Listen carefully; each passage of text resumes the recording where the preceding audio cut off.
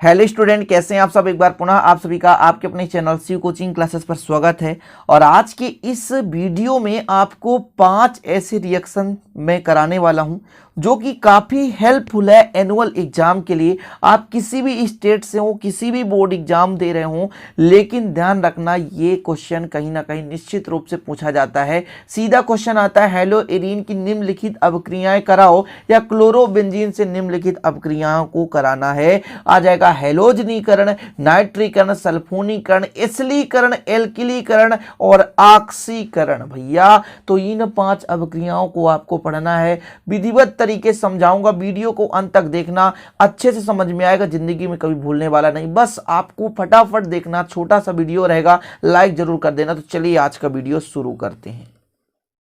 तो पहला रिएक्शन है हैलोजनीकरण, मतलब हेलो एरीन का हैलोजनीकरण। हैलोजनीकरण मतलब होता है स्टूडेंट हैलोजन तत्वों का जुड़ना। हैलोजनीकरण मतलब हैलोजन तत्वों का जुड़ना। तो देखिएगा, FeCl3 आयरन क्लोराइड की उपस्थिति में क्लोरीन द्वारा क्लोरोबेंजीन के हैलोजनीकरण से अर्थो एवं पैरा समव्यवी प्राप्त होता है। ध्यान दीजिएगा, क्वेश्चन कैसे आ जाता है कि क्लोरोबेंजीन की निम्नलिखित अभिक्रियाएं संपन्न कीजिए। हैलोजनीकरण, ऑक्सीकरण, एल्किलीकरण, एसिटिलीकरण, सल्फोनीकरण, नाइट्रीकरण। तो ऐसे क्वेश्चन पूछे जा सकते हैं। ठीक है, तो पहला आपका हैलोजनीकरण, वो किसका? क्लोरोबेंजीन का। तो हैलोजनीकरण मतलब हैलोजन तत्वों का जुड़ना। तो रिएक्शन कराते हैं और हैलोजन तत्व को यहां पे जोड़ना है। तो आपके पास है क्लोरोबेंजीन, ये है बेंजीन स्टूडेंट, इसके साथ क्लोरीन जोड़ दो, है ना। हैलोजनीकरण मतलब क्लोरीन जोड़ेंगे, चाहे क्लोरीन जोड़ दो चाहे ब्रोमीन जोड़ दो, जो भी आपको जोड़ना है। और उत्प्रेरक क्या है? FeCl2। तो क्या बनाता है? देखो, अर्थो। अर्थो क्या होता है भैया? अर्थो मतलब जो आपका शीर्ष भाग है, मतलब ये आपका प्रथम कार्बन है, इसके दोनों ओर जो भाग होता है वो अर्थो कहलाता है। और जो आपको यहाँ पे पैरा मिलेगा वो नीचे रहेगा, सेम इसके अपोजिट। ठीक है, ये पैरा हो गया। तो आप जहाँ पे प्रधान आपका कार्बन रहेगा, उसके आजू बाजू जो कार्बन श्रृंखला होता है, जो कार्बन की संख्या, वो अर्थो कार्बन कहलाता है स्टूडेंट। और इसके बाद जो आपका उसका सीधे अपोजिट पे उपस्थित होता है, उसे हम कहते हैं क्या? पैरा, है ना, कार्बन कहते हैं। तो ये हो गया आपका अर्थो। 2 क्लोरीन है तो डाई क्लोरोबेंजीन। तो मैं नाम लिख देता हूँ अर्थो। 2 है तो डाई क्लोरोबेंजीन, अर्थो डाई क्लोरोबेंजीन है। और ये स्टूडेंट क्या है? पैरा। क्या है? पैरा डाई क्लोरोबेंजीन, अर्थो डाई क्लोरोबेंजीन है और ये पैरा डाई क्लोरोबेंजीन। ठीक, और ये था आपका क्लोरोबेंजीन। तो क्लोरोबेंजीन से आपने क्या बना दिया? अर्थो डाई क्लोरोबेंजीन और पैरा डाई क्लोरोबेंजीन। कभी कभी रिएक्शन नाम से आ जाता है कि क्लोरोबेंजीन से अर्थो डाई क्लोरोबेंजीन बनाओ, तो फिर आप इस रिएक्शन को आप आसानी से लिख सकते हो। ठीक है, तो ये पहला हो गया आपका कंप्लीट।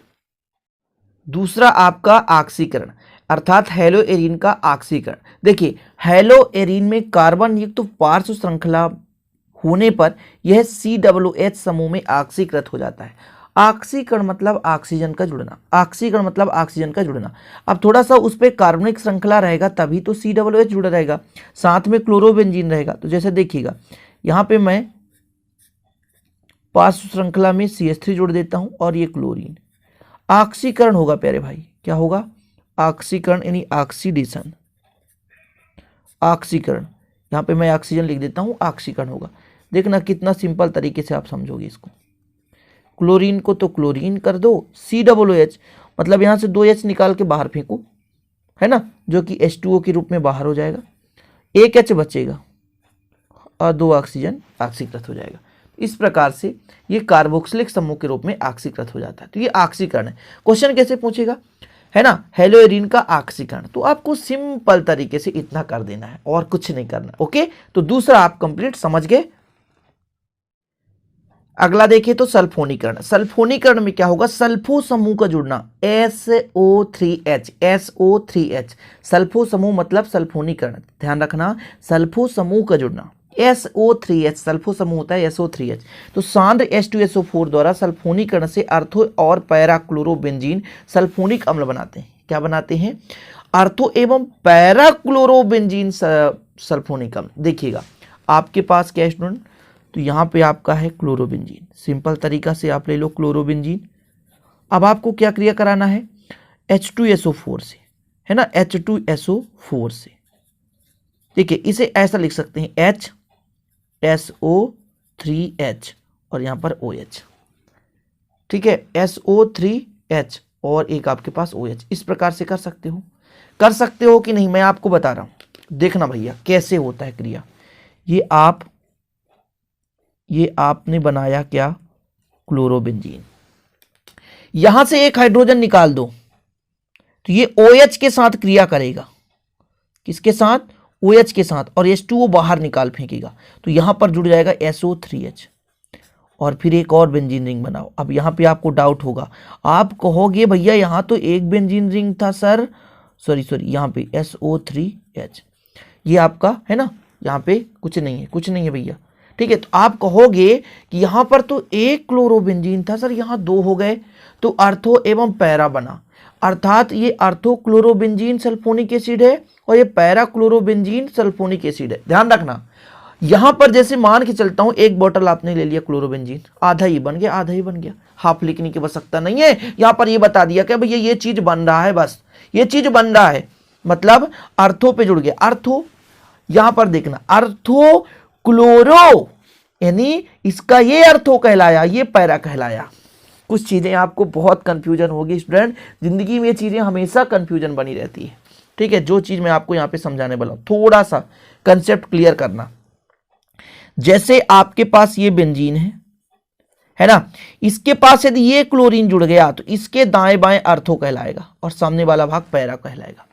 ये दूसरा आपके पास बेंजीन है, यहां पे क्लोरीन जुड़ गया तो इसका दायां बायां वाला भाग अर्थो कहलाएगा और सामने वाला भाग पैरा कहलाएगा, जो शेष जो मेटा कहलाता है।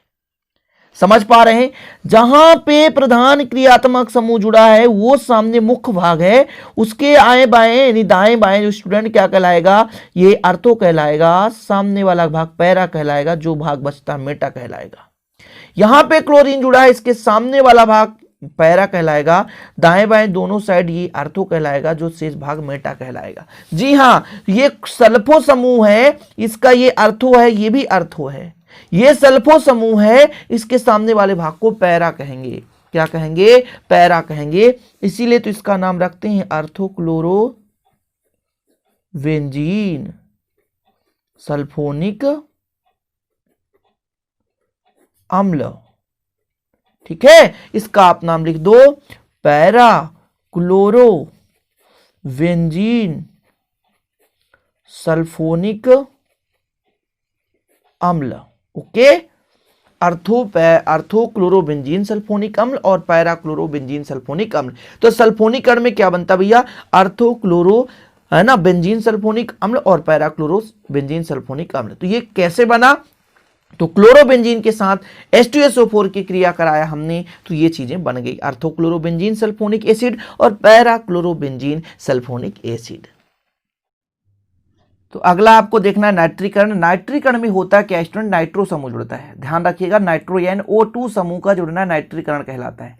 क्या, NO2 का जुड़ना नाइट्रीकरण कहलाता है। सिंपल नाइट्रीकरण कभी भी आ जाए NO2 जोड़ दो, है ना।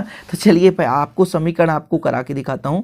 ये आपके पास है क्लोरोबेंजीन, इसकी क्रिया प्यारे भाइयों किसकी उपस्थिति में कराना है, तो HNO3 नाइट्रिक अम्ल और सांद्र H2SO4, है ना, इसके उपस्थिति में कराना है और साथ में इसको गर्म करेंगे। क्या करेंगे, गर्म करेंगे। तो पहले जानते हैं क्या बनाता है, जैसे आपका ये प्रधान है ना, क्रियात्मक, ये नाइट्रो, तो ये कहाँ पे जुड़ा है, अर्थो पे, और यदि इसको मैं नीचे जोड़ दूं तो पैरा पे बनाता है, पैरा पे भी जोड़ता है, ठीक है। और इसके बाद ये अंत में, अब ये प्रैक्टिकली तौर पे आता है भैया, अंत में क्या बनाता है, तो मैं नीचे करके दिखा देता हूं। ये आपके पास बेंजीन रिंग है और यहाँ पे क्लोरीन है, मतलब ये नाइट्रो यहाँ पे भी जुड़ गया और नीचे भी जुड़ गया, यहाँ पे जुड़ गया, ठीक। तो पहले आपने क्या देखा, क्लोरोबेंजीन, इसको सांद्र नाइट्रिक अम्ल और H2SO4 के साथ क्रिया कराने पर, गर्म करने पर पहले आपका क्या बनता है स्टूडेंट, ये अर्थो नाइट्रोक्लोरोबेंजीन और ये पैरा नाइट्रोक्लोरोबेंजीन का मिश्रण प्राप्त होता है। अर्थो एवं पैरा क्लोरो नाइट्रोबेंजीन का आपका क्या मिलता है स्टूडेंट, या अर्थो एवं क्लोरो नाइट्रोबेंजीन का आपको क्या मिलता है, तो मिलता है आपका मिश्रण। इसके बाद इसको और अत्यधिक थोड़ा सा गर्म करते हैं स्टूडेंट, तो आपका मिल जाता है 1 क्लोरो है ना, 2 4 1 क्लोरो 2 4 डाइनाइट्रोबेंजीन। यहाँ पे 1 2 3 4, तो 1 क्लोरो 2 4 2 नंबर और 4 नंबर पे 2 जुड़े हैं तो डाई नाइट्रोबेंजीन प्राप्त होता है। ये हो गया आपका क्या, नाइट्रीकरण। तो एक बार आप यहां पर देखें कि क्लोरोबेंजीन की क्रिया सांद्र नाइट्रिक अम्ल और सांद्र H2SO4 से कराने पर पहले आर्थो एवं पैरा नाइट्रोक्लोरोबेंजीन का मिश्रण प्राप्त होता है और अंत में यही बदल करके 1 क्लोरो मतलब 1 नंबर पर क्लोरीन और 2 और 4 नंबर पर 2 नाइट्रोबेंजीन जुड़कर यानी आपको ये यौगिक बनाता है। तो ये हो गया आपका नाइट्रीकरण। जो मोस्ट इंपॉर्टेंट, तो क्या क्या आपने देख लिया, हैलोजनीकरण, ऑक्सीकरण, सल्फोनीकरण और नाइट्रीकरण। अभी एक रिएक्शन और देखना है, वो है एसिलीकरण। तो इसमें आप लोग क्लियर है। यहाँ पे स्टूडेंट आपका क्लोरोबेंजीन था, यहाँ पर देख सकते हैं ये आपका है आर्थो, यहाँ पे स्टूडेंट ऐसा कर दें आर्थो क्लोरोनाइट्रोबेंजीन और यहाँ पे पैरा क्लोरोनाइट्रोबेंजीन और ये आपका हो गया 1 क्लोरो 2 4 डाइनाइट्रोबेंजीन। ठीक, लिख लेना, मैं नाम लिख देता हूँ 1 क्लोरो 2 4 डाई नाइट्रोबेंजीन। ठीक है, तो नाम लिख दिया। यहाँ पर आप इसका नाम लिख लो क्या, आर्थोनाइट्रोक्लोरोबेंजीन और ये पैरानाइट्रोक्लोरोबेंजीन। उम्मीद है कि ये आपको समझ में आ गया होगा।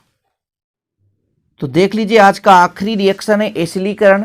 हेलोएरीन का आप बहुत सारे अपक्रिया देख चुके हैं, तो एसिलीकरण देखें तो acetyl chloride CH3COCl, acetyl chloride का सूत्र है CH3COCl। तो एसिटिल क्लोराइड से AlCl3 की उपस्थिति में अपक्रिया करके एरोमेटिक कीटोन बनाते हैं। अब समझिएगा ये कौन सी अपक्रिया हो रही भैया, तो हेलोएरीन मतलब यहाँ पर आपको लेना है क्लोरोबेंजीन। क्लोरोबेंजीन का सभी में तो रिएक्शन करा रहा हूँ। एसिटिल क्लोराइड CH3COCl ये रिएक्शन करेगा AlCl3 की उपस्थिति में। तो ये स्टूडेंट थोड़ा सा खतरनाक यौगिक बनाता है। 2 बेंजीन रिंग आप बना दो, ठीक है, यहाँ पे क्लोरीन जोड़ दो, यहाँ पे क्लोरीन जोड़ दो, यहाँ पे यदि जोड़ोगे तो COCH3 क्योंकि कीटोन बनाता है, और यहाँ पर जोड़ोगे तो COCH3 और प्लस HCl की मात्रा अलग करता है। 2 का मल्टीप्लाई कर दें तो यहाँ पर 2 HCl बाहर हो जाता है। ये आपका है आर्थोक्लोरो एसिटोफिनोन। आर्थो पे जुड़ा आर्थोक्लोरो एसिटोफिनोन। यहाँ पे पैरा, इसका पैरा है पैरा क्लोरो एसिटोफिनोन। ठीक है, नाम लिख लो भैया, थोड़ा सा ये टफ लगेगा, ये सभी में से थोड़ा सा कठिन है। तो इसका नाम है आर्थो, नाम पे क्लोरो जुड़ा हुआ है, ये प्रधान है, इसका आर्थो दाएं बाएं है ना, मैंने बताया ना, आर्थोक्लोरो एसिटोफिनोन। एसिटोफिनोन कीटोन है ना यहाँ पे CO इसलिए, और एसिटो है ना, तो ये हो गया पैरा क्लोरो एसिटोफिनोन। इस प्रकार से प्यारे भाइयों आपका आज का 5 रिएक्शन हो जाता है कंप्लीट। तो आशा और उम्मीद है यार कि ये समझ में आ गया होगा, और 5 रिएक्शन प्लीज यदि समझ में आ जाए तो अच्छे से तैयार कर लेना, 1 से 2 बार देखना, डेफिनेट आपको समझ में आएगा।